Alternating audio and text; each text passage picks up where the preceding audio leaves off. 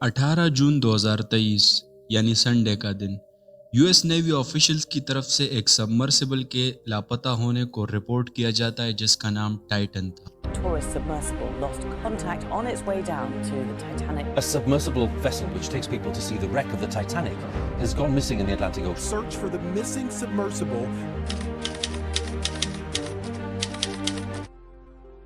Titan کو ocean get نامی company نے بنایا تھا جس کو 5 لوگوں کے لیے ڈیزائن کیا گیا تھا۔ ٹائٹن کی کیپیسٹی کے مطابق اس میں 5 لوگ موجود تھے۔ ان میں سے پہلا اوشن گیٹ کمپنی کا سی ای او اور فاؤنڈر اسٹاکٹن رش، دوسرا برٹش بزنس مین ہامش ہارڈنگ، تیسرا فرینچ ڈرائیور پال ہنری، جبکہ باقی 2 لوگوں کا تعلق پاکستان سے تھا۔ پاکستانی لوگوں میں سے پہلا شہزادہ داؤد جبکہ دوسرا اس کا بیٹا سلیمان داؤد تھا۔ ٹائٹن کو ڈیپ سی ریسرچ اور ایڈونچر پرپسز دونوں کے لیے استعمال کیا جاتا تھا۔ ٹائٹن سبمرسیبل کو ٹائٹینیم اور کاربن فائبر سے بنایا گیا تھا۔ اس کی لمبائی تقریباً 22 فٹ جبکہ اس کا وزن 23,000 پاؤنڈز تھا۔ کمپیریزن کے لیے بتاتا چلوں کہ اس کا وزن 6 ایوریج سائز کار کے وزن کے برابر تھا۔ ٹائٹن میں سامنے کی طرف ایک ویونگ مرر موجود تھا جس کی مدد سے اس کے اندر موجود لوگ سمندر کے اندر کا نظارہ کر سکتے تھے۔ ٹائٹن سمندر میں 4 کلومیٹر تک نیچے جانے کی کیپیبلٹی رکھتا تھا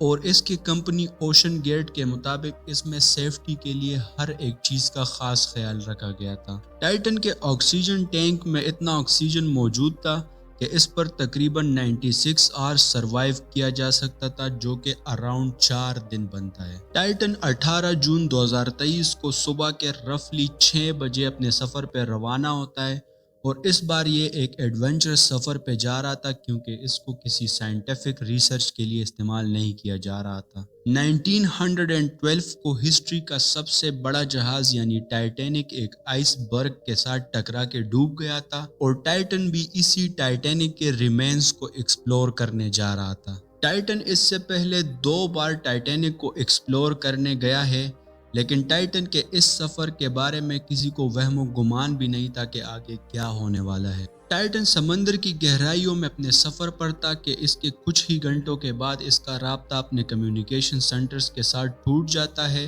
اور اس کے لاپتہ ہونے کی خبر پھیل جاتی ہے۔ ٹائٹن کو بنانے والی کمپنی اوشن گیٹ کے مطابق ان کے پاس اپنا کوئی کمیونیکیشن سسٹم موجود نہیں تھا بلکہ یہ اسٹار لنک کے کمیونیکیشن سسٹمز کو یوز کرتے تھے۔ ٹائٹن کے لاپتہ ہونے کے بعد یو ایس کوسٹ گارڈ اور نیوی آفیشلز کی طرف سے پاور فیلئر کو ایک وجہ بتایا جا رہا تھا جس کی وجہ سے ٹائٹن کا رابطہ اپنے کمیونیکیشن سینٹرز کے ساتھ ٹوٹ گیا تھا۔ کچھ ایکسپرٹس کا کہنا یہ بھی ہے کہ ٹائٹینک جب آئس برگ کے ساتھ ٹکرا کے ڈوب گیا تھا تو اس کا ملبہ آج بھی سمندر میں 3,800 میٹر نیچے موجود ہے جس کی وجہ سے شاید ٹائٹن اسی ملبے میں کہیں پھنس گیا اور اس کا رابطہ اپنے کمیونیکیشن سینٹرز کے ساتھ ٹوٹ گیا۔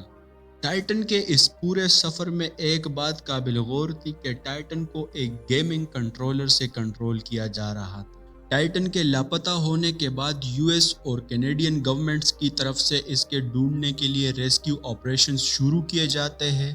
سی شپس اور ایئر کرافٹس کے علاوہ اور بھی کمیونیکیشن ٹیکنالوجیز کو یوز کیا جاتا ہے ٹائٹن کو ڈھونڈنے کے لیے۔ آر او ویز یعنی ریموٹ آپریٹنگ وہیکلز جو کہ ایک بہترین طریقہ تھا ٹائٹن کو ڈھونڈنے کا۔ یہ ایسے وہیکلز ہوتے ہیں جن کو ریموٹلی آپریٹ کیا جاتا ہے اور ان کے ذریعے ٹائٹن کو بغیر کسی رسک کے اچھے طریقے سے ڈھونڈا جا سکتا تھا۔ سنڈے کے دن ٹائٹن کے لاپتہ ہونے کے بعد اگلے 3 دن تک تمام ہی نیوز چینلز پر اس کے ریسکیو آپریشنز اور اس کے ڈھونڈنے کی خبریں چل رہی تھی، لیکن پھر اگلے ہی دن تھرسڈے کو ٹائٹن کے ایکسپلوژن کی خبر سامنے آئی۔